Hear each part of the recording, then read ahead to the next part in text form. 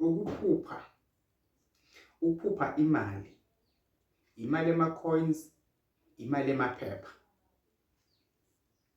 Uma uphupha imali kusuke kuyinhlanhla leyo. Kwesinye isikhathi kuba ukuthi mhlawumpe ikhona into oboyenza, mhlawumbe ufutha, bugeza, buphahla khona into obozicela, bese uphupha leyo mali ema-coins iningi, kusuke kukhomba inhlanhla. Kusuke kukhona abakini abafuna ukuletha leyo mali. Kusuke kukhona abakini esebahambile bawudosa leyo nhlanhla yani imali mbukelo okhona ekhaya. Ukuphupha imali emaphepha, omunye umuntu athi kuye yibhadi, omunye athi inhlanhla, but imali nje iyinhlanhla imali, ngoba imali ngiyo into esifuna kakhulu emhlabeni. Ayikho into ongayenza ngaphandle kwemali. Imali ema-coins, imali emaphepha, inhlanhla leyo. Kukhomba impumelelo because yinto oyifunayo emhlabeni, yinto oyifunayo empilweni yakho.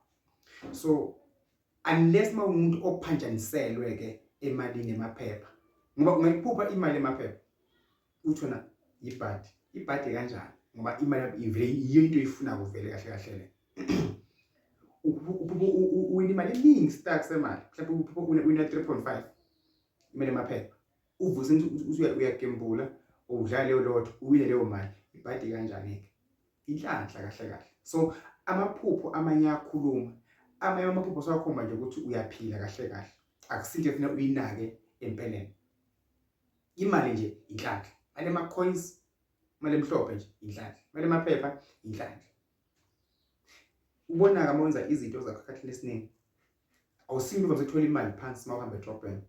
Kodwa one day uyahamba yebo nayo imali phansi uyithola. Khomba inhlanhla lo. Khomba impumelelo kahle kahle. UDlamini lo. Inkosi ibusise Mzimpumalanga. Ngiyatholakala efonini, ngiyathola futhi na online. Ngiyathokoza ukubona kumkhulu.